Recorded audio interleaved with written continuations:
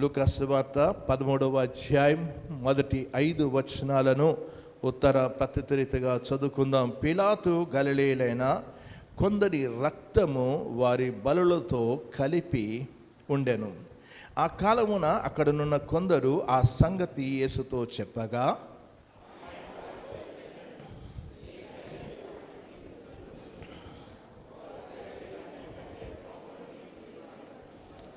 కారని మీతో చెప్పుచున్నాను, మీరు మారు మనసు పొందని ఎడల మీరందరూ అలాగే నశింతురు.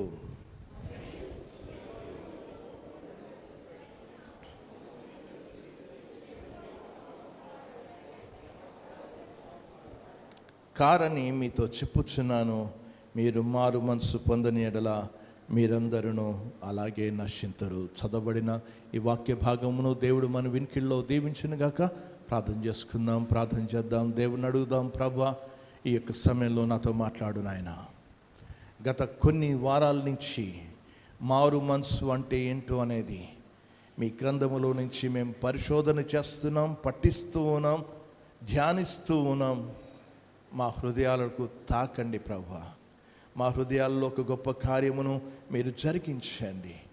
మా హృదయాలకు మీ పరిచర్య చేయండి నాయన. మా జీవితాలకు క్షేమాభివృద్ధి కలుగ చేయండి. మాతో మాట్లాడయ్యా. మాతో మాట్లాడని ఎవరికి వాళ్ళమే ప్రార్థన చేసుకుందాం, ప్రభువుని అడుగుదాం. మనం ప్రార్థన చేసుకుంటే దేవుడు మాట్లాడే దేవుడు. ప్రభువా, నాతో మాట్లాడు నాయన, నన్ను సంధించు నాయన. నా జీవితంలో ఒక గొప్ప కార్యమును చేయండి. నేను మారు మనసు పొందని ఎడల మీరు అందరూ అలాగే నశించెదరు అని చెప్పావు కనుక నిజమైన మారు మనసు ఇవ్వు నాయనా. మాకు దయచేయి.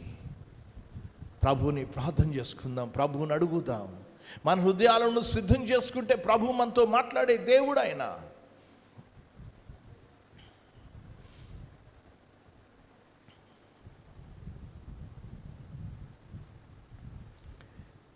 ప్రేమగల తండ్రి,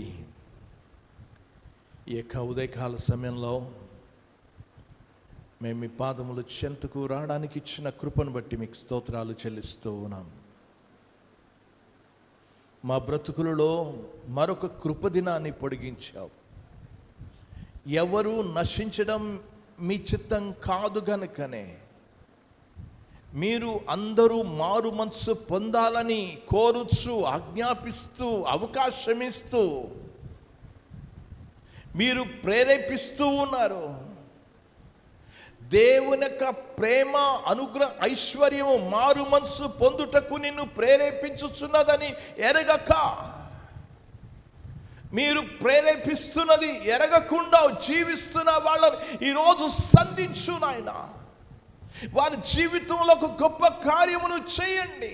ఎవరు కూడా నశించడం మీ ఒక ఉద్దేశం కాదు, మీ చిత్తం కాదు. అందరూ కూడా రక్షింపబడాలనే మీ చిత్తము నాయనా. మీ చిత్తాన్ని, మీ కోరికను అర్థం చేసుకోవడానికి ఇక్కడ కూర్చున్న మా అందరికీ జ్ఞానోదయాన్ని ప్రసాదించండి నాయన.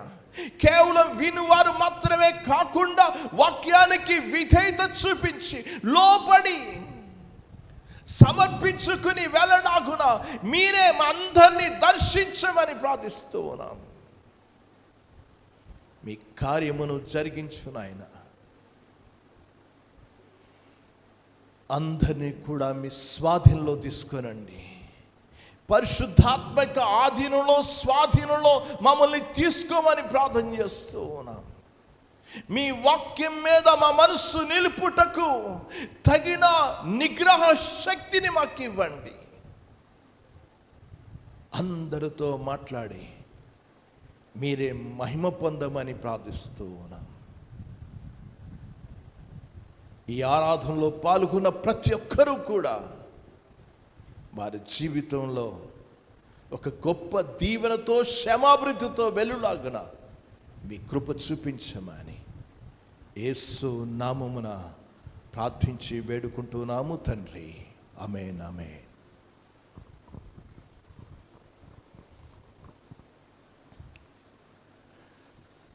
ప్రభువైన యేసుక్రీస్తు నామమున మీ అందరికీ కూడా శుభాలు తెలియజేస్తూ ఉన్నాను.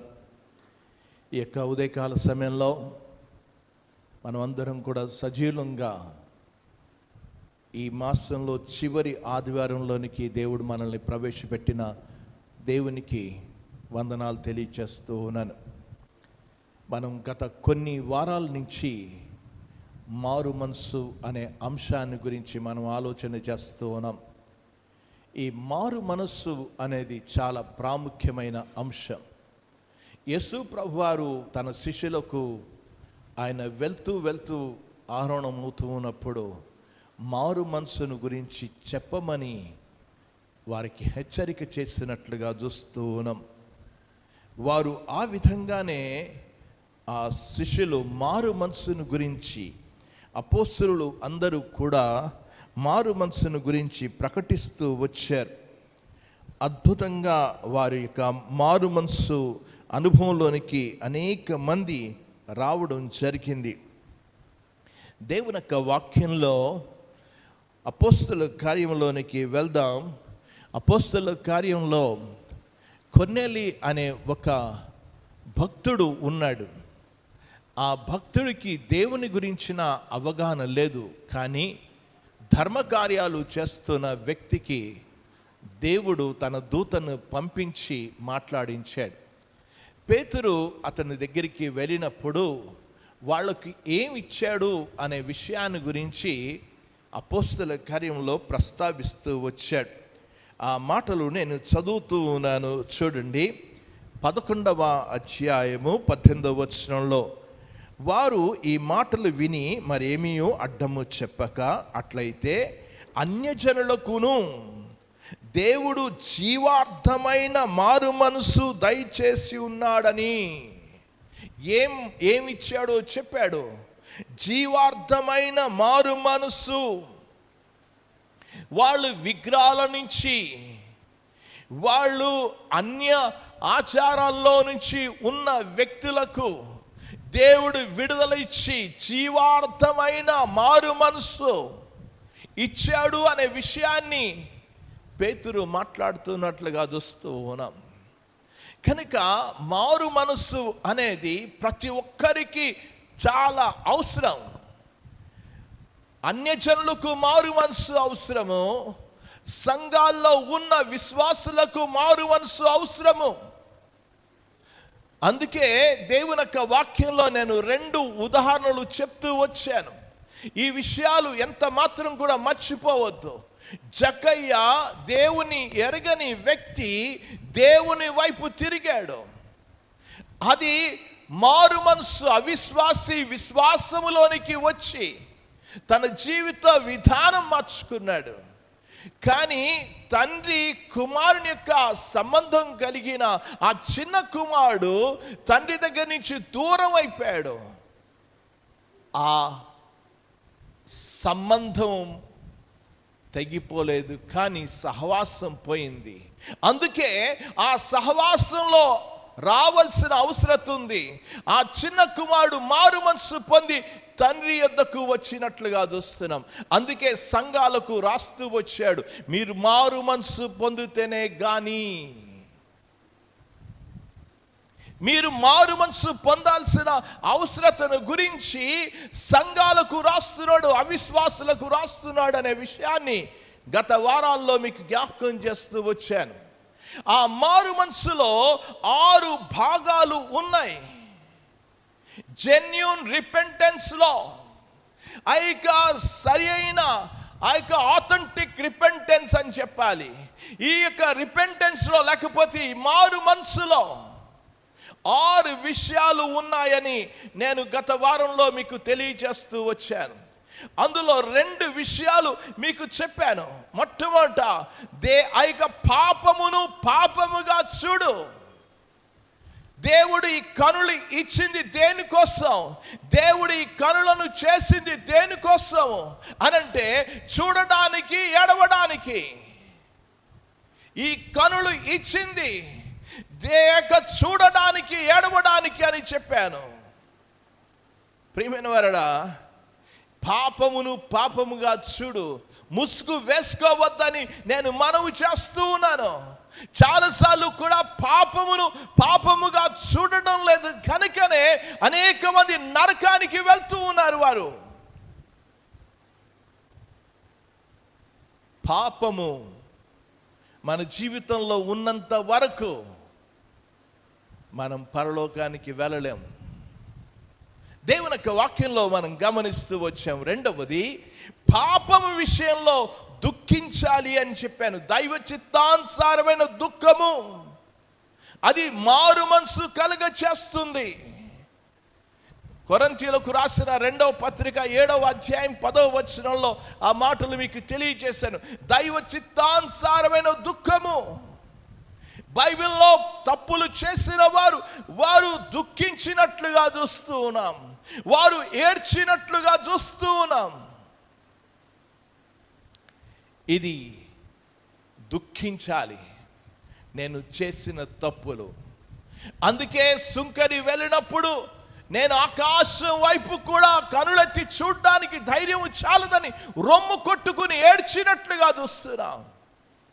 అది దైవ చిత్తానుసారమైన దుఃఖం. అది వాటి వివరాలన్నీ కూడా నేను మీకు ఇవ్వడం జరిగింది. పౌలు కూడా నేనెంత దౌర్భాగ్యుడను అనే విషయాన్ని తను గ్రహించినట్లుగా చూస్తున్నాం. ఏడ్చారు వారంతా కూడా. అది దైవ చిత్తానుసారమైన దుఃఖాన్ని గురించి. చాలామంది తప్పులు చేసి మొక్కుబళ్ళు చేసుకుంటారు. మొక్కుబళ్ళు కావు దేవుడికి కావాల్సింది. తీర్థయాత్రలకు వెళ్ళడం కాదు. ఈ యొక్క ఆర్సిఎం వారు చేసే పనులన్నీ కూడా అలాంటివే. వారు ఆ యొక్క కొన్నిసార్లు శ్రమల కాలంలోనికి లెంట్ డేస్ అంటారు, 40 days 40 రోజులు వారు చేసే పనులు ఏంటంటే ఉపవాసం ఉంటారు. వారు ఆ యొక్క చెప్పులు వేసుకోకుండా వారు నడుచుకుంటూ మేము మొక్కుబడి చేసుకున్నాం, మేము తప్పులు చేసామని చెప్పేసి ఇలాంటివన్నీ కూడా తీర్థయాత్రలు కానీ మొక్కుబళ్ళు కానీ పాపమును తీసివేయవనే విషయాన్ని గమనించాలి. నీ శరీరానికి గాయపరుచుకున్నంత మాత్రంలో నీ యొక్క పాపం ఎంత మాత్రం కూడా పోదు. ప్రభు అందుకే చెప్పాడు, మీ వస్త్రములు కాక మీ హృదయములను చింపుకొని ఆయన తట్టు తిరుగుడి అని చెప్పాడు. కావాల్సింది హృదయంలో కావాలి. దైవ చిత్తానుసారమైన దుఃఖము అది హృదయంలో నుంచి రావాలి. ఈ విషయాలు నేను గత వారాల్లో మీకు జ్ఞాపకం చేస్తూ వచ్చాను. ఈ వారమున మరొక 2 విషయాలు మనం గమనిద్దాం. మారు మనసును గురించిన. మారు మనసు పొందేము అని చాలామంది చెప్తూ ఉంటారు. మారు మనసును పొందితే వారి జీవితంలో పాపపు ఒప్పుకోలు కావాలి. వారు పాపమును ఒప్పుకోవడం జరగాలి. ఇప్పుడే నేను చెప్పాను, పాపమును పాపముగా చూచావు, ఏడ్చావు. ఏడుస్తే ఈ కన్నుల్లో నుంచి కన్నీరు వచ్చిన రీతిగానే నోట్లో నుంచి ఒప్పుకోలు, హృదయంలో నుంచి ఒప్పుకోలు రావాలి. ప్రియమైన వారరా, అనేక మంది జీవితాలలో ఎవరి దగ్గర మనుషుల దగ్గర ఒప్పుకోమని చెప్పడం లేదు. ఒకవేళ నువ్వు మనుషుల దగ్గర వెళ్ళి ఒప్పుకుంటే పాప క్షమాపణ వస్తుంది అని అనుకుంటే యూదా వెళ్ళి యాజకుల దగ్గర వెళ్ళి ఒప్పుకున్నాడు, వాడు నరకానికి వెళ్ళాడు. ఈ రోజున ప్రియమైన వారరా, నువ్వు ప్రీస్టుల దగ్గరికి పోపుల దగ్గరికి వెళ్ళి ఒప్పుకుంటే నువ్వు నరకానికి వెళ్తావు. దేవుడి దగ్గర ఒప్పుకో. ప్రభు చెప్తున్న మాటలు ఇవి. కనుక మనం నోటితో ఒప్పుకోవడం అనేది జరగాలి. ఇవి చాలా ప్రాముఖ్యమైన విషయం. నిజమైన మారు మనసు అనేది, ఐక దైవ చిత్తానుసారమైన మారు మనసు అనేది వారి జీవితంలో ఎలాగ ఉంటుంది అనంటే వారి జీవితంలో ఒప్పుకోలు జరగాలి. మీరు నెహెమ్యా గ్రంథానికి వెళ్తే 8వ అధ్యాయంలో వారు నీటి గుమ్మము దగ్గర చేరి దేవుని వాక్యాన్ని వినడం ప్రారంభించారు. ఇంటికి వెళ్ళిన తర్వాత చదవండి, 8వ అధ్యాయం 9వ అధ్యాయం చదవండి. ఆ యొక్క నీటి గుమ్మం దగ్గర వెళ్ళి వారు శాస్త్రి ఏం చేశాడు, దేవుని వాక్యాన్ని వినిపిస్తూ ఉంటే వాళ్ళందరూ కూడా వారి పాపములను ఒప్పుకొని వారి జీవితాలు ఏడ్చినట్లుగా చూస్తూ ఉన్నాం. వారు ఏడవడం మాత్రమే కాదు, వారు ఇంకేం చేశారో దేవుని యొక్క వాక్యంలో నేను మీకు చూపించాలని నేను ఆశపడుతూ ఉన్నాను. వారు అంటూ ఉన్నారు, వారు దేవుని వాక్యాన్ని వింటున్నప్పుడు వారు జనులందరూ కూడా ఏడుస్తూ దుఃఖపడుతున్నట్లుగా చూస్తున్నాం. 8వ అధ్యాయం 9వ అధ్యాయంలోనికి వెళ్తే ఈ నెల 24వ దినమందు ఇశ్రాయేలు ఉపవాసం ఉండి గోనె పట్టలు కట్టుకొని తల మీద ధూళి పోసుకుని కూడి వచ్చిరి. ఇశ్రాయేలు అన్ని జనులందరూ ప్రత్యేకింపబడిన వారై నిలబడి తమ పాపములను తమ పితరుల పాపములను ఒప్పుకొనిరి. హృదయాలను చింపుకొని దేవుని సన్నిధిలో పాపమును ఒప్పుకున్నట్లుగా చూస్తూ ఉన్నాం. ఈరోజు దేవుని సన్నిధిలో పాపమును ఒప్పుకున్నావా? ఒక్కసారి కూర్చుని నువ్వు ఆలోచించాలని మనవి చేస్తూ ఉన్నా.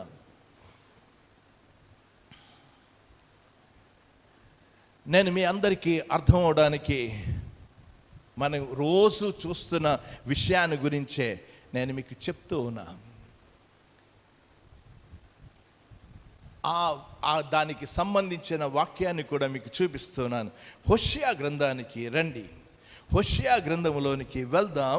5వ అధ్యాయంలో హోషేయ గ్రంథము 5వ అధ్యాయంలోనికి వెళ్దాం. 15వ వచనాన్ని నేను చదువుతూ ఉన్నాను, చూడండి. వారి మనస్సు త్రిప్పుకొని నన్ను వెదుకు వరకు నేను తిరిగి నా స్థలమునకు పోవుదును. ఏమన్నాడు ప్రభు? మాట్లాడుతున్న మాటలు చూడండి. వారు మనస్సు త్రిప్పుకొని నన్ను వెదుకు వరకు నేను రాను. దేవుడికి కావాల్సింది ఏంటంటే మనం తప్పు చేసాం, ఆ తప్పు నుంచి తిరగాలి, పాపం నుంచి తిరగాలి.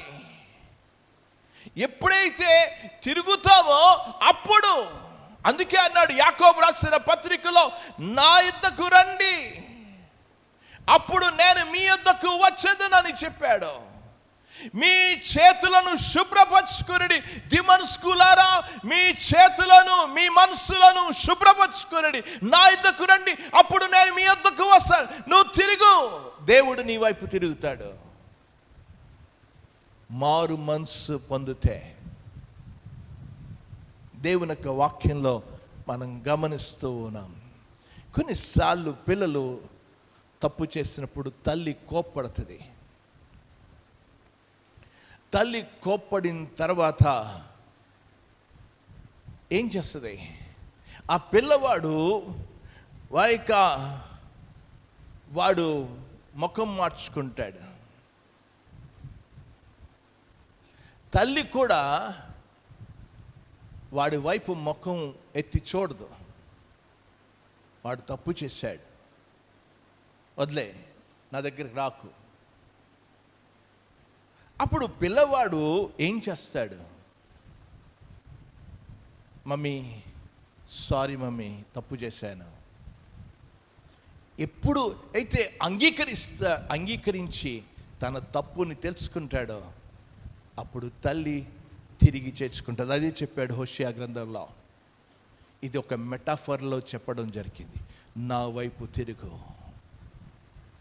ఈ రోజున ప్రియమైన వారడా, మనం ఏం చేసామో, ఏ పాపం చేసామో వాటిని ఒప్పుకోవడం అనేది, చాలామంది ఒప్పుకోవలసిన అవసరత కూడా లేదు అని అంటుంటారు.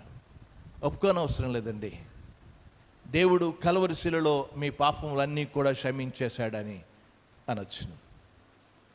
తర్వాత యేసు ప్రభు వారు కలవరి శిలలో చనిపోయిన తర్వాత రాయబడిన పుస్తకాలను జాగ్రత్తగా చదవాలి, చరిత్రను జాగ్రత్తగా చదవాలి. అప్పుడే మనకు వాక్యం బాగా అర్థమవుతుంది. చాలామంది వారి జీవితాలలో వారు చేసిన తప్పులను వారు అంగీకరించి వారు దేవుని దగ్గర సరి చేసుకోవాల్సిన అవసరత ఉంది. నువ్వు ఒకవేళ సరి చేసుకోకపోతే ఎలాగ సరి చేసుకోవాలి? దేవుని యొక్క వాక్యంలో మీకు ఉదాహరణలు బైబిల్లో నుంచే నేను మీకు చూపిస్తూ ఉన్నాను. దావీదు తన పరిపాలనలో ఒక పొరపాటు చేశాడు. ఆ పొరపాటు ఏంటి అనంటే జనాభా లెక్కలు వేశాడు. లెక్కలు వేసినప్పుడు దేవునికి కోపం వచ్చింది. ఇదంతా కూడా సమూయేలు 2వ గ్రంథంలో మనకు కనబడుతుంది. సమూయేలు 2వ గ్రంథము 24వ అధ్యాయంలోనికి వెళ్ళినప్పుడు ఈ విషయాలు మనకు అక్కడ చాలా స్పష్టంగా అగుపడతాయి.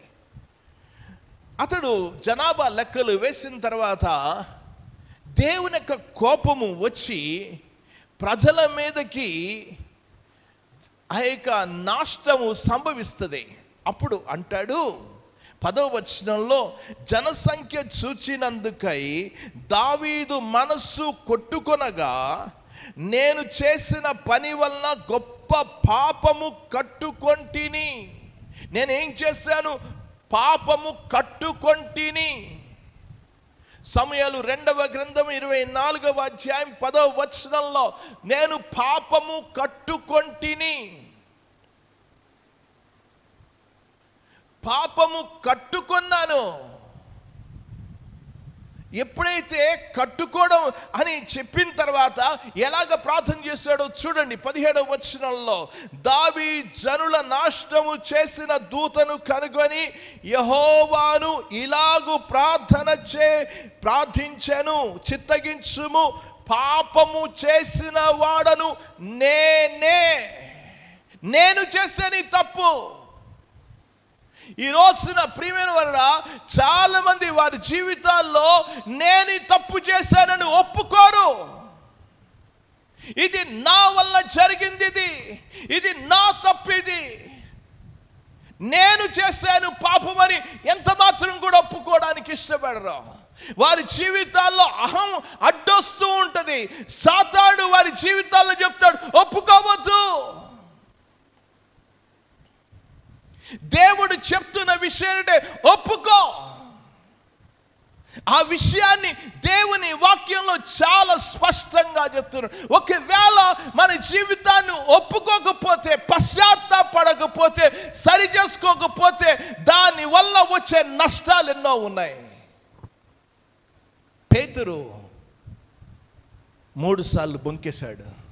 ఏం చేశాడో చూడండి.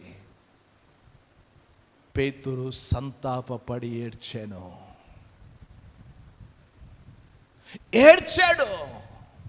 అయ్యో నేను బొంకాను అని ఏడ్చాడు. ఈ రోజున నీ జీవితంలో ఉందా అలాంటి పాపపు ఒప్పుకోలు నీకుందా?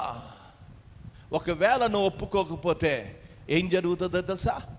సాతాడు ఏం చేస్తాడో చెప్తాను. దేవుని యొక్క వాక్యంలోనికి వెళ్దాం. ప్రకటన గ్రంథానికి వెళ్దాం. ప్రకటన గ్రంథము 12వ అధ్యాయములోనికి చదువుతూ ఉన్నాను. చూడండి, 12వ అధ్యాయములో 10వ వచనంలో నేను చదువుతూ ఉన్నాను. మన సహోదరుల మీద నేరము మోపువాడైన అపవాది వాడు ఏం చేస్తాడంట? మన సహోదరుల మీద నేరము మోపువాడైన అపవాది, ఇదిగో నువ్వు పలానా రోజున పలానా తప్పు చేశావు, వాడు మన మీద నేరాలు మోపుతాడు. నేను మీకు చెప్పాను, గత వారాల్లో చెప్పాను, నువ్వు ఒకవేళ ఈ పాపాన్ని నువ్వు కప్పుకుంటే నరకములో కక్కుతావు అని చెప్పాను. ఈ రోజున చాలా మంది వారి జీవితంలో పాపములను కప్పుకోవడానికి ప్రయత్నం చేస్తూ ఉన్నారు. వారు చేసిన తప్పుల్ని కప్పుకోవడానికి ప్రయత్నం చేస్తారు. నువ్వు కప్పుకుంటే అపవాది నీ మీద నేరం మోపుతాడు. అలాంటి నేరం నీ మీద మోపకుండా నీవే దేవుని దగ్గర సరి చేసుకోవడానికి ఇష్టపడు. ప్రియమైన వాళ్ళారా, మీకు అర్థం అవడానికి నేను చాలాసార్లు ఈ ఉదాహరణ చెప్తూ వచ్చాను. ఒక రోజున ఒక ఇంట్లో జరిగిన సంఘటన.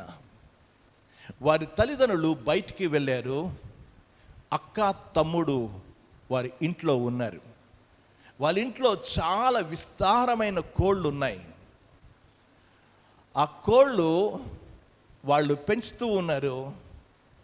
ఈ తమ్ముడు గుమ్మం దగ్గర కూర్చుని కొన్ని రాళ్ళు తీసుకుని ఇలాగ విసురుతూ ఉన్నాడు. విసురుతూ ఉంటే ఒక రాయి వెళ్ళి ఒక కోడి పీకకు తగిలింది. కోడి చచ్చింది. చావగానే ఈ తమ్ముడు చేసిన పని ఏంటంటే తీసుకుని వెళ్ళి భూమిలో కప్పేశాడు. ఇదంతా కూడా అక్క చూస్తూనే ఉంది. అక్క చూసి తమ్ముడు అదంతా చేసేసే వరకు ఊరుకుని తమ్ముడు లోపలికి వస్తూ ఉంటే అక్క పిలిచింది, తమ్ముడు ఇటు రారా. ఏంటక్క అన్నాడు. ఏంటక్క అనగానే, ఇంట్లో అమ్మ నన్ను గిన్నెలు కడగమంది, ఆ గిన్నెలన్నీ కూడా కడిగే అన్న. నేను కడగనక్క, ఆడపిల్లల పని కదా ఇది, నేను కడగడం ఏంటి అని అంటే, నువ్వు కడగకపోతే చెప్పేస్తా అన్నది. అందుకే దేవుని యొక్క వాక్యంలో చెప్పాడు, పాపము చేయువాడు పాపమునకు దాసుడు అని అన్నాడు. కనుక అక్కకు దాసుడైపోయాడు. వాడు గిన్నెలు కడిగేశాడు. రోజు జరుగుతూ ఉంది. కానీ ఒక రోజున వాడికి అర్థమైంది, నేను దినదినము దాస్యంలోనికి వెళ్ళిపోతూ ఉన్నా. ఈ యొక్క అక్క నా మీద నేరం మోపుతూ నన్ను లోపరుచుకుంటుందనే విషయాన్ని వాడికి అర్థమయ్యి తండ్రి దగ్గరికి వెళ్ళి తండ్రి దగ్గర పూర్తిగా తన జీవితం అంతటినీ చెప్పేశాడు, చేసిన పొరపాటు అంతా కూడా. తండ్రి అన్నాడు, ఇక వెళ్ళి అలాగూ చేయొద్దు అని అన్నాడంతే. ప్రియమైన వారరా, ఎప్పుడైతే ఆ తండ్రి దగ్గరికి వెళ్ళి ఒప్పుకొని బయటకు వచ్చాడో అక్క పిలిచింది. అక్క పిలిచి, తమ్ముడు రారా గిన్నెలు కడుగంది. రానన్నాడు. రాను, నేను నాన్నకు చెప్పేస్తా, చెప్పుకో. ఎందుకు? తన జీవితంలో తండ్రి దగ్గరికి వెళ్ళి ఒప్పుకొని సరి చేసుకున్నాడు. ఇక ఏ భయం లేదు. నువ్వు కూడా నీ పాపముల విషయంలో నీకు నీవే విమర్శ చేసుకుంటే, దేవుని యొక్క వాక్యంలో చదువుతూ ఉన్నాను చూడండి. కొరింథీయులకు రాసిన మొదటి పత్రికలోనికి వెళ్దాం. మొదటి పత్రిక 11వ అధ్యాయం 31వ వచనంలో, అయితే మళ్ళను మనమే విమర్శించుకొనిన ఎడలా తీర్పు పొందక యుందుము. ఏది రాదు మన మీదకి. అందుకే మన జీవితంలో చేయాల్సిన పని అంటే సరి చేసుకుందాం. ప్రభు సన్నిధానానికి వెళ్ళి, ప్రభువా నేను పాపినయ్యా, నేను చేసిన తప్పు ఇది, ప్రతి పాపమును ప్రభు దగ్గర ఒప్పుకుందాం. యూదా ఒప్పుకోలేదు. సౌలు ఎంత మాత్రం కూడా ఇతరుల మీద నింద వేశాడు, కానీ తప్పులు సరి చేసుకోలేదు. మీరు వెళ్తే సమూయేలు గ్రంథానికి వెళ్తే చాలా స్పష్టంగా కనబడుతుంది. అక్కడ సౌలు చాలాసార్లు కూడా, నువ్వు రానందున నేను ఈ పని చేశాను, జనులకు జడిసి ఈ తప్పు చేశాను, ఇతరుల మీద నింద వేశాడు, వారిని బట్టి చేశాను, వీళ్ళ బట్టి చేశానని చెప్తూ ఉన్నాడు. కానీ నీ అంతటా నీవు చేసిన తప్పుని ఎవడో నిన్ను తోయడు పాపంలో. దేవుని యొక్క వాక్యం చెప్తూ ఉంది యాకోబు రాసిన పత్రికలో, తమ స్వకీయ దురాశ చేత ఈడవబడి మరల కొల్పబడి నీవే లాగబడుతూ ఉన్నావు, ఎవడో లాగడం లేదు. ఈరోజు గుర్తించుకో ప్రియమైన వారా, నీ ఒప్పుకోలు కావాలి. దేవుని యొక్క వాక్యంలో నిజమైన మారు మనసుకు రుజువు ఏంటంటే ఒప్పుకోలు. ఇవి 8 విషయాలు చాలా స్పష్టంగా వరుసగా రాయబడిన విషయాలు నేను మీకు తెలియజేయాలని ఆశపడుతూ ఉన్నా. ఒప్పుకోలు కావాలి. మొదటిది, ఆ ఒప్పుకోలు స్వచ్ఛందంగా ఉండాలి, వాలంటరీగా, ఎవడో చెప్తే కాదు. ఏదో ఉగ్రత వస్తుందని మరణ భయంతో కాదు. వారి జీవితంలో చాలాసార్లు కూడా ఎలాగుంటుందో తెలుసా అండి, ఒప్పుకోలు ఎలాగుంటుందంటే ప్రమాదం వస్తుంది, ఉగ్రత వస్తుంది, దేవుని శాపం వస్తుంది. అలాంటి భయంతో దేవుని దగ్గరికి రావద్దు నువ్వు. ఇదంతా బిలాములాగా ఉంటుంది. బిలాము తన జీవితంలో గురించి పేతురు రాసిన పత్రికలోను యూదా పత్రికలో బిలాము గురించి రాశాడు. బిలాము బహుమానం పొందవల్లని ఆతృతముగా పరిగెత్తాను అని మాట. దేనికోసం? డబ్బు కోసం పరిగెడుతూ ఉన్నాడు. దేవుడు అతనితో మాట్లాడాడు. సంఖ్యాకాండానికి మీరు రండి. సంఖ్యాకాండానికి వెళ్తే 22వ అధ్యాయంలో చదువుతూ ఉన్నాను. సంఖ్యాకాండం 22వ అధ్యాయంలో బాలాకు పంపించాడు. బాలాకు పంపించి బిలాంని రమ్మని చెప్పాడు. ఇదిగో దేవుని ప్రజలను శపించాలి అని చెప్పాడు. బిలాం అన్నాడు, నేను రాలేను అన్నాడు. కానీ ఇంకా ఎక్కువ డబ్బు పంపించి, ఇదిగో నీకు ఇంకా ఎక్కువగా ఘనపరుస్తా అని చెప్పినప్పుడు బిలాము పరిగెత్తుతున్నాడు ఆతృతంగా. మధ్యదారిలో యెహోవా దూత ఖడ్గము పట్టుకుని నిలబడ్డాడు. గాడిద పక్కకు త్రోవకు తొలుగుతూ ఉంది, పక్కకి వెళ్తూ ఉండగానే బిలాము గాడిదని కొట్టాడు. గాడిదకి దేవుడు వాక్కునిచ్చాడు, నేను ఎప్పుడైనా అవిధేయత చూపించానా అని అన్నాడు. అంటే ఈ గాడిద ఆ గాడిదతో మాట్లాడినట్లుగా చూస్తున్నాను. పశువులాగా అయిపోయాడు. ఈరోజు పాపము వెనకాల పరిగెత్తే వాళ్ళు పశువులాగా వారి జీవితంలో పరిగెత్తుతూ ఉన్నాడు. ఎప్పుడైతే యెహోవా దూతను చూడగానే అప్పుడు అన్నాడు, ఏమన్నాడు చదువుతూ ఉన్నాను. ఇప్పుడు రండి, సంఖ్యాకాండం 22వ అధ్యాయంలోనికి వెళ్దాం. దేవుడు చెప్పాడు, కనులు తెరిచాడు 31వ వచనంలో. ఆ తర్వాత దేవుడు అతనితో మాట్లాడాడు 32వ వచనంలో, ఇదిగో నా ఎదుట నీ నడత విపరీతమైనది. నీ నడత ఎలాంటిదో చెప్పాడు. అప్పుడు అంటున్నాడు 34వ వచనంలో, నేను పాపము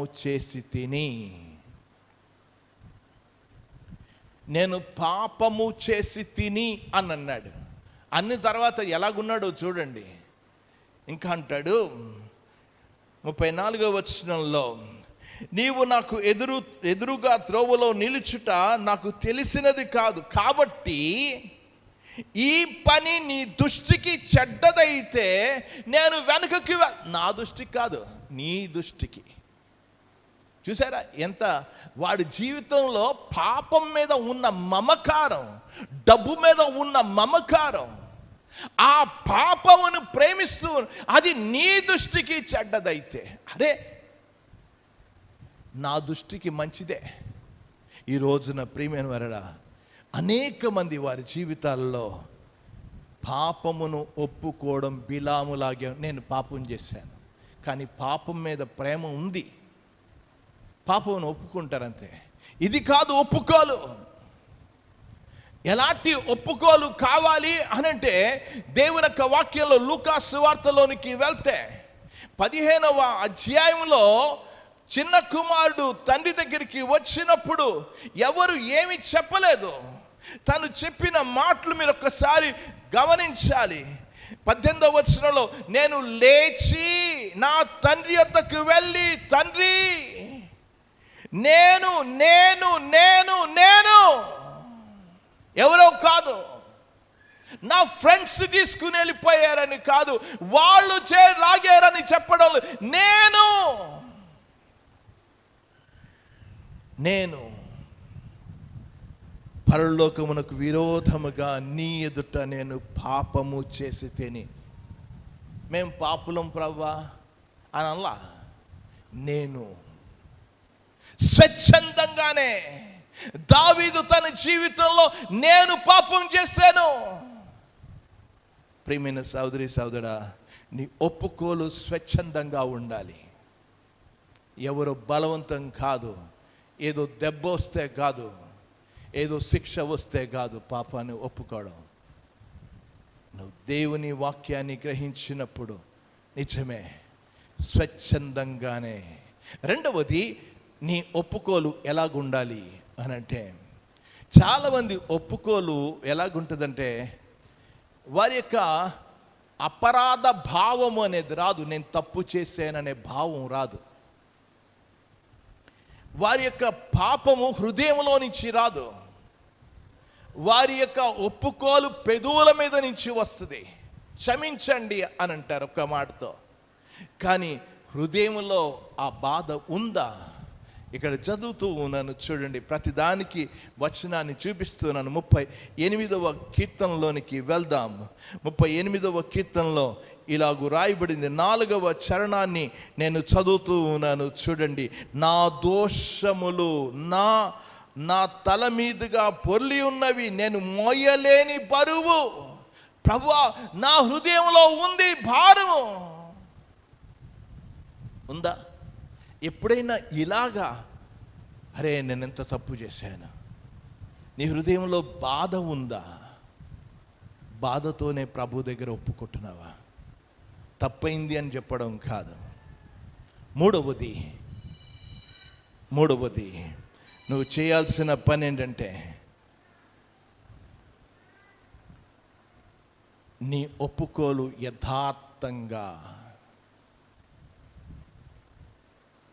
యథార్థంగా ఉండాలి. చాలామంది వారి జీవితాల్లో యథార్థత ఉండదు. వేషధారణ ఒప్పుకోలు, వారి యొక్క వేషధారణ వారి జీవితంలో సరి అనే రీతిగా ఒప్పుకోలు జరగదు. దొంగ వస్తువులు దొంగిలించారని ఒప్పుకుంటారు, కానీ దొంగతనం మీద వారి యొక్క ప్రేమ ఉంటుంది. అరే నేను తప్పు చేశాను అనే విషయాన్ని వాళ్ళు ఒప్పుకుంటారు, కానీ దాని మీద వారికి మమకారం ఉంటుంది. అది కాదు సరి అయినది.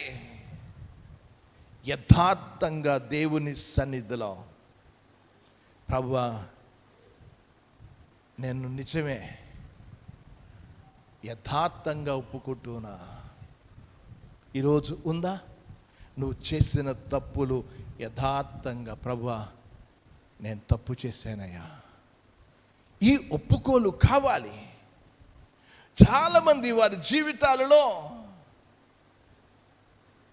ఎలా చేస్తారు, ఏ విధంగా ఉంటారు అని అంటే, 4వది వాళ్ళు ఒప్పుకుంటారు, పాపి అని చెప్పుకుంటారు, పాపం చేసామని చెప్పుకుంటారు, కానీ పాపం చేసామని చెప్తూ ఉంటారు, కానీ ఆ పాపములో నుంచి ప్రత్యేకింపబడరు. పాపిని పాపిని పాపిని పాపిని పాపిని పాపిని, ప్రభువా నేను పాపినైనా రోజు ఇదే. రోజు దొంగతనం చేయడం పాప్యమని, రోజు లంచాలు తీసుకోవడం తప్పు చేశానని చెప్పడం, రోజు ఇదే. వారు రోజు కూడా చేసే దొంగతనాలు చేయడం తప్పు అయిపోయిందని చెప్పడం. మారేరా? ప్రత్యేకింపబడ్డావా నువ్వు? ఈ రోజున చాలామంది వారి జీవితాల్లో ప్రత్యేకింపబడరు. ఇది ఈ పాపం నేను చేశాను. ఎవరన్నా ప్రభువా మేము తెలుసో తెలియక తప్పులు చేసాము నాయనా, మమ్మల్ని క్షమించండి, మేము అనరాని మాటలు అనుంటేమో, అన్నావో లేదో నీకు తెలీదా? అలాంటి ప్రార్థనలు దేవుడు క్షమించడు. తెలిసి తెలియక చేశాము అని చెప్తే సరిపోదు. ఒక విధంగా నువ్వు సర్జన్ దగ్గరికి వెళ్తే, డాక్టరు ఆపరేషన్ చేసే సర్జన్ దగ్గరికి వెళ్తే ఏమని అడుగుతాడు? సర్జన్ దగ్గరికి వెళ్ళినప్పుడు, ఎక్కడయ్యా నీ బాధ? ప్రభువా, డాక్టర్ గారు నాకు బాధ ఉంది. డాక్టర్ గారు, ఎక్కడుంది? నీ జీవితంలో కూడా ఎక్కడ తప్పు చేసావో ఆ తప్పుని ప్రభు దగ్గర చెప్పి నివృత్తి కావాలి. ఈ రోజున చాలామంది వారి జీవితాల్లో అది ఉండడం లేదు. దేవుణ్ణి సన్నిధిలో ఎలా ఒప్పుకోవాలో దేవుని వాక్యంలో చదువుతూ ఉన్నాను, చూడండి. న్యాయాధిపతుల గ్రంథానికి రండి. న్యాయాధిపతుల గ్రంథము 10వ అధ్యాయంలోనికి వెళ్దాం. న్యాయాధిపతుల గ్రంథము 10వ అధ్యాయము 10వ వచనంలో చదువుతున్నాను. అప్పుడు ఇశ్రాయేలు మేము నీ సన్నిధిని పాపము చేసి ఉన్నాము అని చెప్పి ఏం చెప్పారు? చూడండి అక్కడ ఏం చెప్పారు, చదువుతున్నాను. మా దేవుణ్ణి విడిచి బయలును పూజించి ఉన్నామని వారు స్పష్టంగా చెప్పారు. ఇది మా తప్పు, ఇది నేను చేసిన తప్పు. ఎప్పుడైనా సరే దేవుని సన్నిధిలో పశ్చాత్తాపడి ఒప్పుకుంటున్నప్పుడు, ఇది చేశాను ప్రభువా, నేను తప్పుని, ఈ పాపం చేశాను, ఈ పాపానికి విరోధంగా తప్పు చేశాను. ఎప్పుడైనా ఒప్పుకున్నావా? దేవుని సన్నిధిలో మన జీవితంలో ఒప్పుకోవడం అనేది, ప్రభువా నేను చేసిన పాపం ఇది. దానియేలు గ్రంథానికి వెళ్దాం. 9వ అధ్యాయం 6వ వచనంలో నేను చదువుతూ ఉన్నాను, చూడండి. 9వ అధ్యాయం 6వ వచనంలో చదువుతున్నాను. నీ ఆజ్ఞలను నీ విధులను అనుసరించుట మాని పాపులమును దుష్టులమునై చెడుతనమును ప్రవర్తించుచు తిరుగుబాటు చేసిన వారు ఏమేమి చేశారో చెప్పారు. ఈరోజు నువ్వు నేను పాపిని చెప్తూ ఉన్నావా? కాదు. నువ్వు చేసిన ఆ ప్రత్యేకంగా చేసిన పాపమును చెప్పడం అనేది. ప్రియమైన సోదరి సోదరా, నీ పాపపు ఒప్పుకోలు ఎలాగుండాలో చెప్పాను. నిజమైన పశ్చాత్తాపముతో ఒప్పుకోలు అది ధారాళంగా ఉంటుంది. నేర్పించనవసరం లేదు, చెప్పనవసరం లేదు. దేవుని యొక్క వాక్యంలోనికి మనం వెళ్తే, దావీదు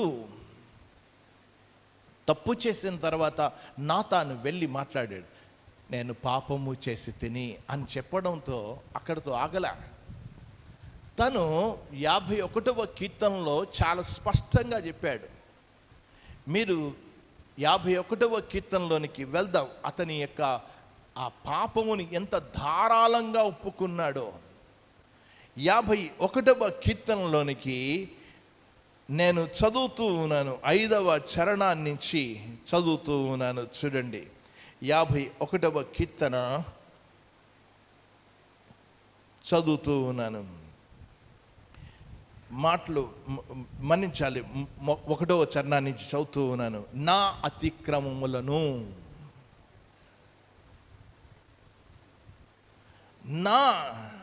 నా దోషములు, నా పాపము.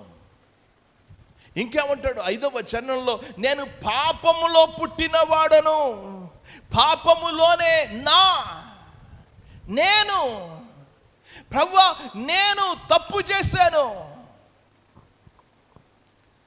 పాపం ఎలాగుంటుంది అని అంటే, నీ పాపాన్ని నువ్వు కప్పుకుంటూ పోతే ఇనుప ముక్కని ఒక దగ్గర కప్పెడితే ఏమవుతుందో చూడండి, దాని మీద తుప్పు పడుతూనే ఉంటుంది. నీ పాపాన్ని నువ్వు కప్పుకుంటూ ఉంటే అది పెరుగుతూనే ఉంటుంది. అందుకే దావీదు తన జీవితంలో ధారాళంగా ఒప్పేసుకున్నాడు. నేను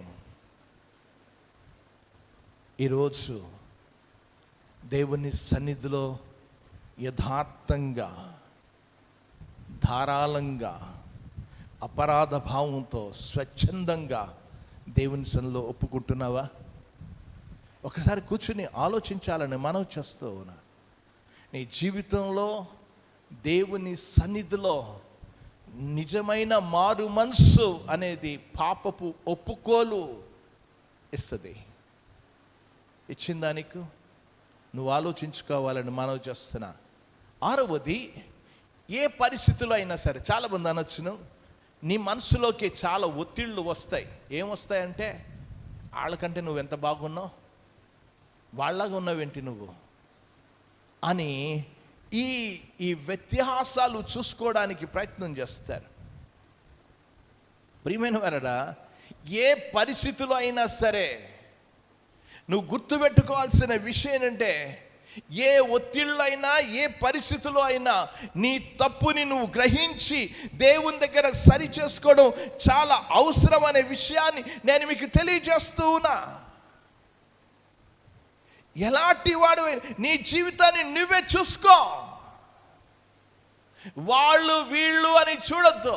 ఒక్కోసారి దేవుడు నీతో మాట్లాడుతూ ఉన్నప్పుడు, దేవుడు నీతో శిక్షిస్తూ ఉన్నప్పుడు, దేవుడు నిన్ను దర్శిస్తూ ఉన్నప్పుడు, దేవుడు చిన్న చిన్న దెబ్బలతో మాట్లాడతాడు. అప్పటికీ నువ్వు వినకపోతే, నేను చెప్పాను ప్రకటన గ్రంథంలో, ఆ సంఘము నిన్ను మంచము పట్టించి, నేను నీ పిల్లలను నిన్ను నాశనము చేసేదను, నువ్వు మారు మనసు పొందకపోతే దేవుడు మంచం ఎక్కించినప్పుడు నువ్వు పశ్చాత్తాపడాలి. అరే, నేను ఈ తప్పు చేశాను.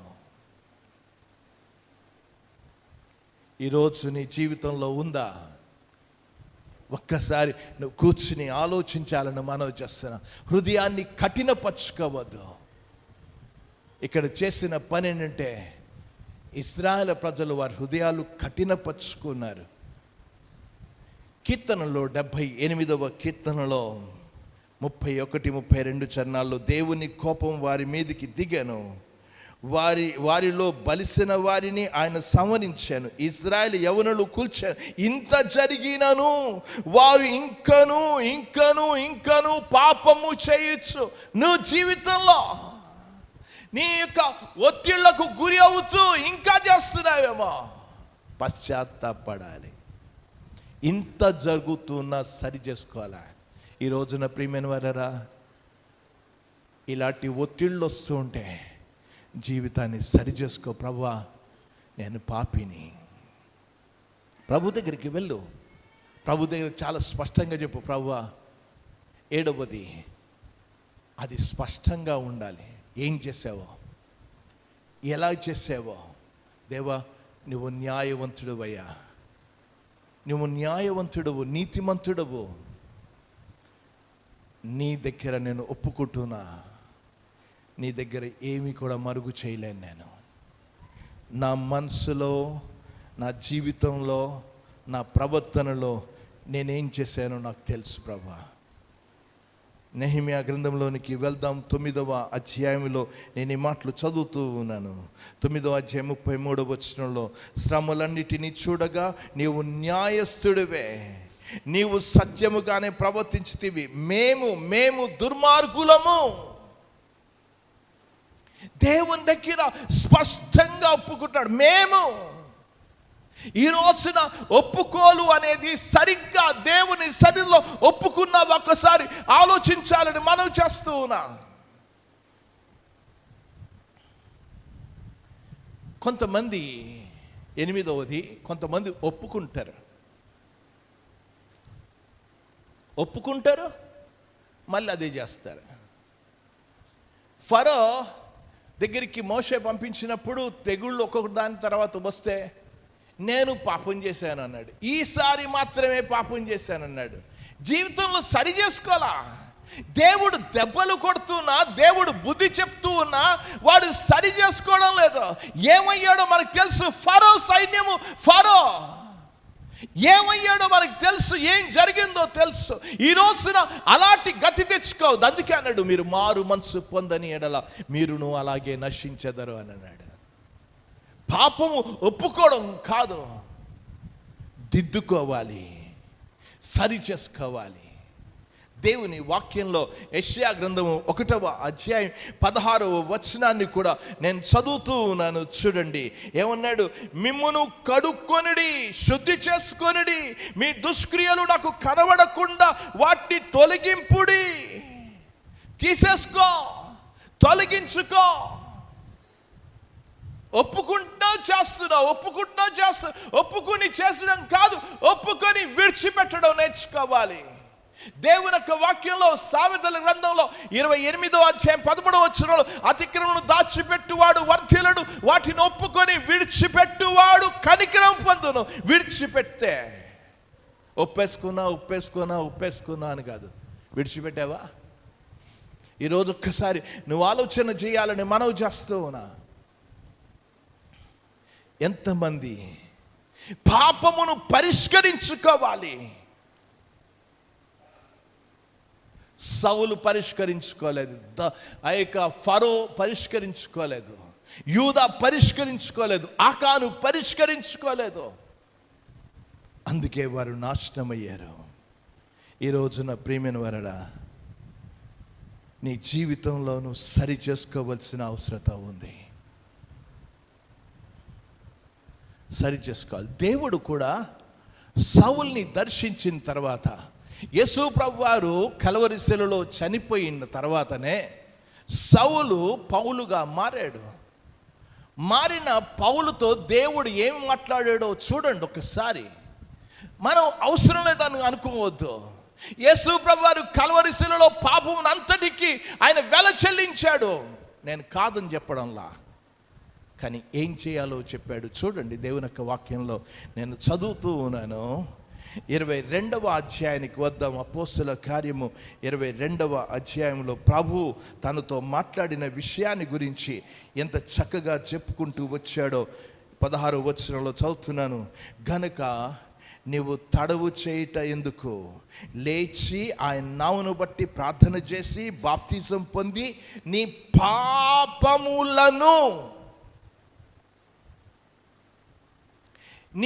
పాపములను కడిగి వేసుకొనుము. ఏం చేయాలో చెప్పాడు అక్కడ.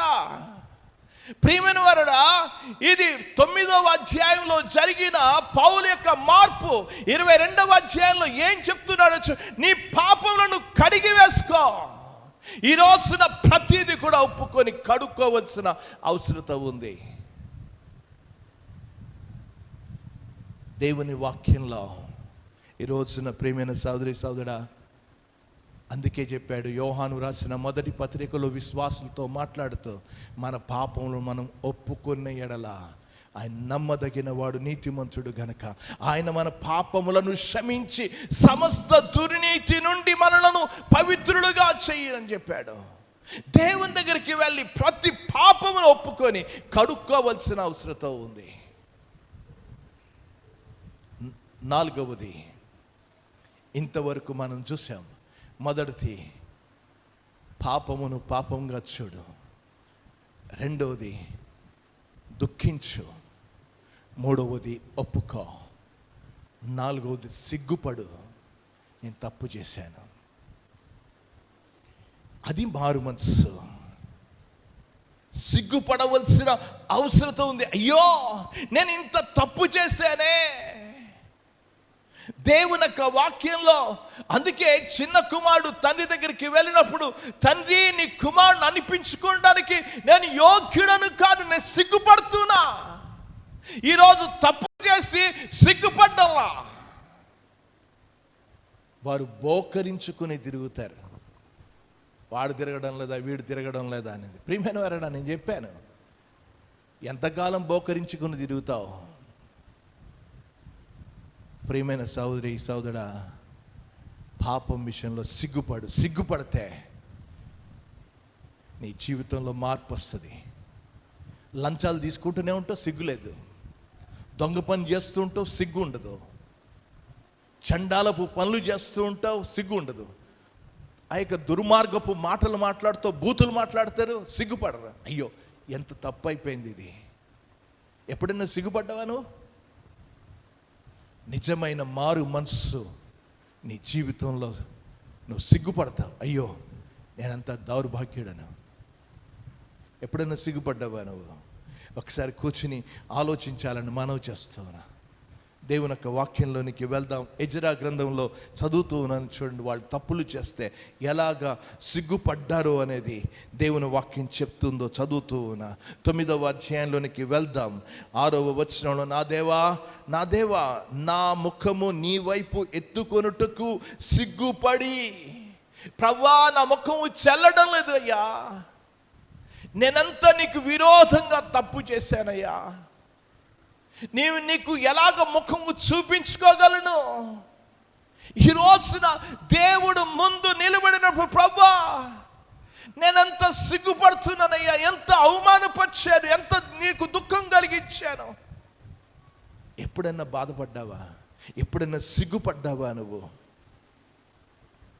ఈ రోజున ప్రియమైన వారా, నువ్వు సిగ్గుపడకపోతే ఓ రోజు సిగ్గుపడాల్సి వస్తుంది. దేవుడు నిన్ను సిగ్గుపరుస్తాడు, జ్ఞాపకం పెట్టుకో.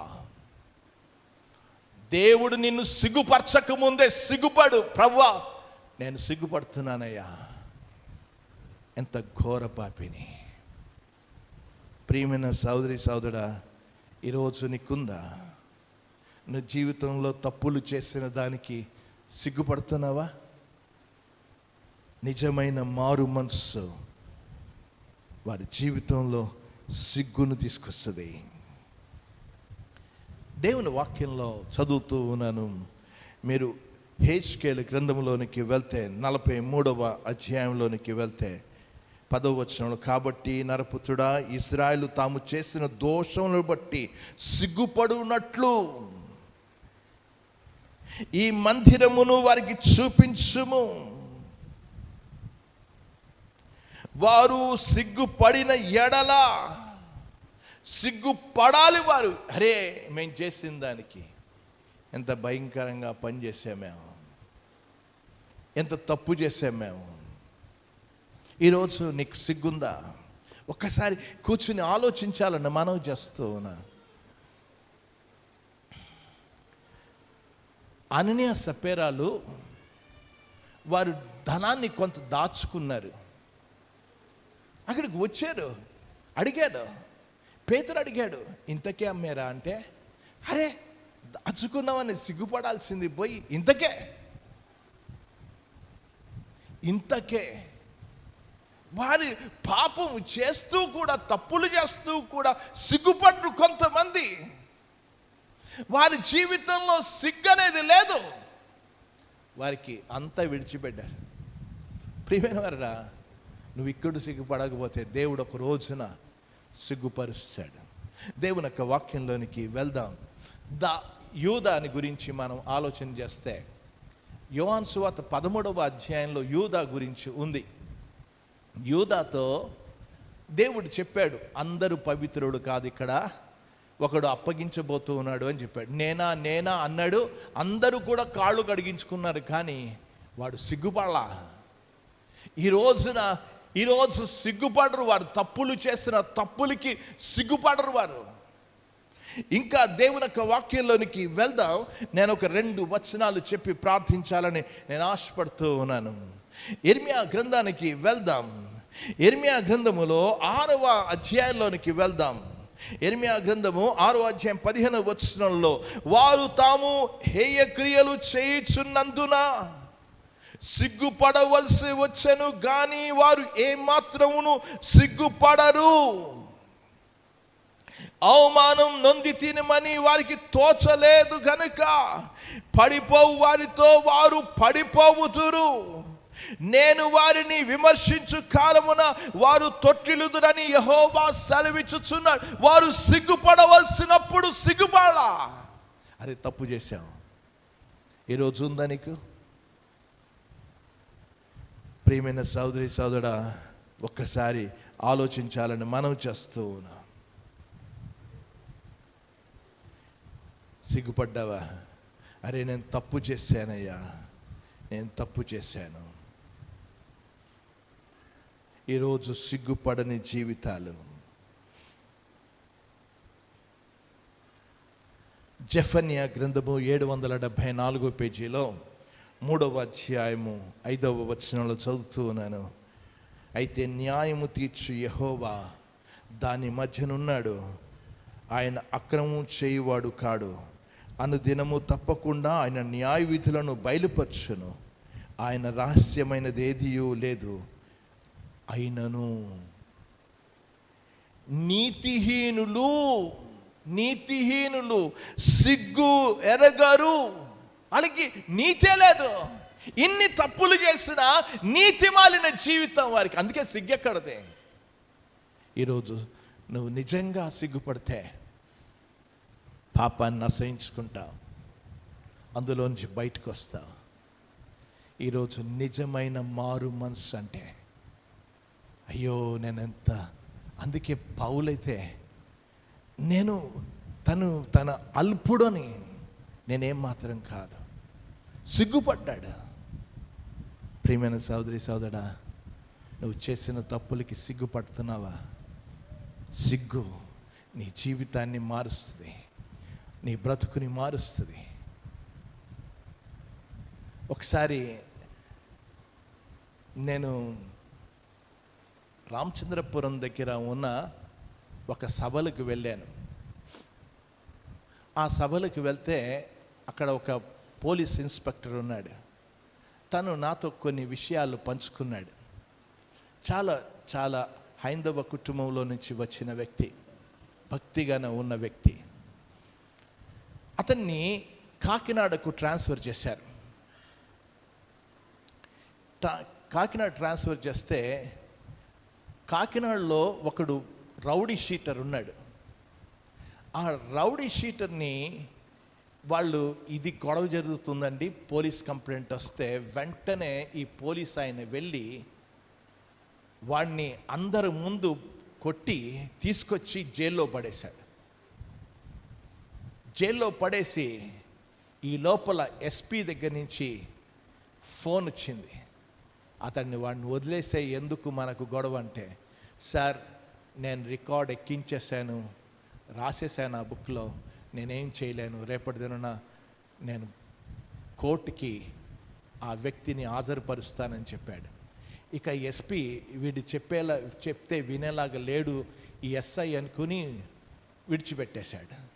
తీసుకుని వెళ్ళాడు వాడిని. 2 గొలుసులు వేసి కోర్టుకు తీసుకుని వెళ్ళారు. తీసుకుని వెళ్ళిన తర్వాత వాడిని బెయిల్లో వదిలేశాడు. తర్వాత వాడి జీవితాన్ని దిద్దుకున్నాడు. వాడు విశాఖపట్నం వెళ్ళిపోయి విశాఖపట్నంలో కూలి పని చేసుకుని ఒక మంచిగా స్థిరపడ్డాడు. ఈ ఎస్ఐ మాత్రం ఇంకా ఆ పోలీస్ స్టేషన్లోనే ఉన్నాడు. ఒక రోజున వాడు రౌడీ షీటరు వాడు అక్కడికి వచ్చాడు. వచ్చి నమస్తే పెట్టి, ఎస్ఐ గారండి, మీరు ఆ రోజున నన్ను కొట్టకపోతే నేనే హీరో అనుకున్నా, కానీ మీరు కొట్టి నన్ను సిగ్గుపరిచారు. ఆ సిగ్గుతోనే నా జీవితాన్ని మార్చుకున్నాను, ఈరోజు మంచి బ్రతుకుతున్నానని చెప్పాడు. ఈరోజు ప్రియమైన వారా, నువ్వు సిగ్గుపడితే మంచి జీవితాన్ని జీవించగలవు. నువ్వు సిగ్గుపడకపోతే అదే బ్రతుకులో బ్రతుకుతావు. అందుకే లంచాలు తీసుకున్నా సిగ్గుపడవు, దొంగ మాటలు మాట్లాడుతున్నా సిగ్గుపడవు, దొంగ పనులు చేస్తున్నా సిగ్గుపడవు. ఎందుకు సిగ్గుపడవు అంటే మారు మనసు నీ జీవితంలో లేదు. నిజమైన మారు మనసు సిగ్గును సిగ్గుపరిచేలాగా, అయ్యో నేను ఎంత భయంకరమైంది, దేవునికి నేను సిగ్గు తీసుకొచ్చాను, నన్ను నేను సిగ్గు తెచ్చుకున్నా, నా తల్లిదండ్రులకు నేను సిగ్గు తెచ్చాను. అది ఎప్పుడైతే నీ జీవితంలోకి వస్తుందో అప్పుడే మార్పు వస్తుంది. ఆ మార్పు కోసమే దేవుడు నీ జీవితంలో చూస్తున్నాడు. నిజమైన మారు మనసు అంటే 4 విషయాలు చెప్పాను. ఇంకొక 2 విషయాలు ప్రభు చిత్తమైతే వచ్చేవారు వాటిని గురించిన ఆలోచన చేద్దాం. రండి, తలలు వంచుదాం, ప్రార్థన చేసుకుందాం. నీ దేవుని సన్నిధిలో నువ్వు మారు మనసు పొందావా? మారు మనసు అంటే పాపపు ఒప్పుకోలు. మారు మనసు పొంది పశ్చాత్తాపడినవాడు. దేవుని యొక్క వాక్యంలో మనం చూస్తూ ఉన్నాం. ఆ చిన్న కుమారుడు వెళ్ళి, తండ్రి, నీకు విరోధంగా నేను పాపం చేశానయ్యా, నీకు విరోధంగా పాపం చేశాను. రాయక పౌలు నేను దౌర్భాగ్యుడను అని ఒప్పుకున్నాడు. తన జీవితాన్ని పాపములన్నీ కూడా కడుక్కున్నాడు. నేను ఎంత హింసకుడను, హానికరుడను, దూషకుడని ఒప్పుకున్నాడు. ఈరోజు నీ జీవితంలో ఒప్పుకున్నావా? నీ పాపం విషయంలో సిగ్గుపడుతున్నావా? అయ్యో, నేనెంత సిగ్గు తీసుకొచ్చాను, నా దేవుని నామానికి అవమానం తీసుకొచ్చాను, నా తల్లిదండ్రులకు అవమానం తీసుకొచ్చాను, నా పరువు అంతా కూడా పోయింది ప్రభువా, నేనెంత సిగ్గు మాలిన బ్రతుకుతున్నా, క్షమించు నాయనా అని ప్రభు సన్నిధానంలో ప్రార్థన చేసుకుంటావా? ఈరోజు ప్రభు నీతో మాట్లాడుతూ ఉన్నాడు. ఎంతకాలం బిలాములాగా పరిగెత్తుతావు? ఎంతకాలం యూదాలాగా ఎక్కడికి వెళ్తావు? సౌలులాగా ఇతరులను నిందిస్తావు? నిన్ను నువ్వు నిందించుకుని నిన్ను నువ్వు విమర్శించుకుంటే ఎవరు కూడా నీ మీద నింద మోపరు. విమర్శ, ఇతరుల చేత నువ్వు విమర్శింపబడవు, ఎవరి చేత విమర్శింపబడవు. ప్రభు సన్నిధానంలో పరీక్షించుకుందామా? సరి చేసుకుందామా? అయ్యో ప్రభువా, మారు మనసు లేక చలామణి అవుతూ ఉన్నా, మారు మనసు లేని బ్రతుకులోనే నేను ఉంటూ ఉన్నానయ్యా, నాకు నిజమైన మారు మనసు ఇవ్వని ప్రభుని ప్రార్థన చేద్దామా? ప్రార్థన చేసుకుంటా. ప్రేమ గల తండ్రి, మీకు వేలాది వందనాలు, స్తోత్రాలు చెల్లిస్తూ ఉన్నాం నాయన. ఈ యొక్క ఉదయకాల సమయంలో గత కొన్ని వారాల నుంచి మారు మనసు అనే అంశాన్ని గురించి మేము ఆలోచన చేస్తున్నాం, ధ్యానిస్తూ ఉన్నాం.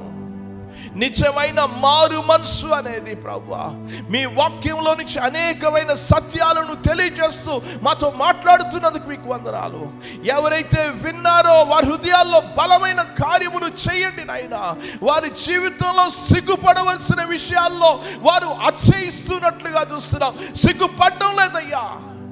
ఇప్పుడు సిగ్గుపడకపోతే ఒక రోజున మీరు సిగ్గుపరిచే రోజు వస్తుందని వారు గ్రహించినట్లు కృప చూపించండి. మేము పాపములను కప్పుకుంటే నరకములో కక్కాల్సి వస్తుందని ఆ సత్యాన్ని గ్రహించినట్లు ఒక్కొక్కరితో మాట్లాడు.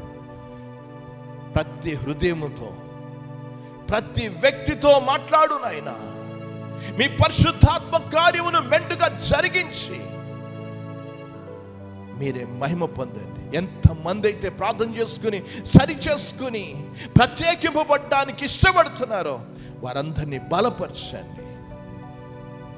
యేసు నామమున ప్రార్థించి వేడుకుంటున్నాము తండ్రి. ఆమేన్, ఆమేన్.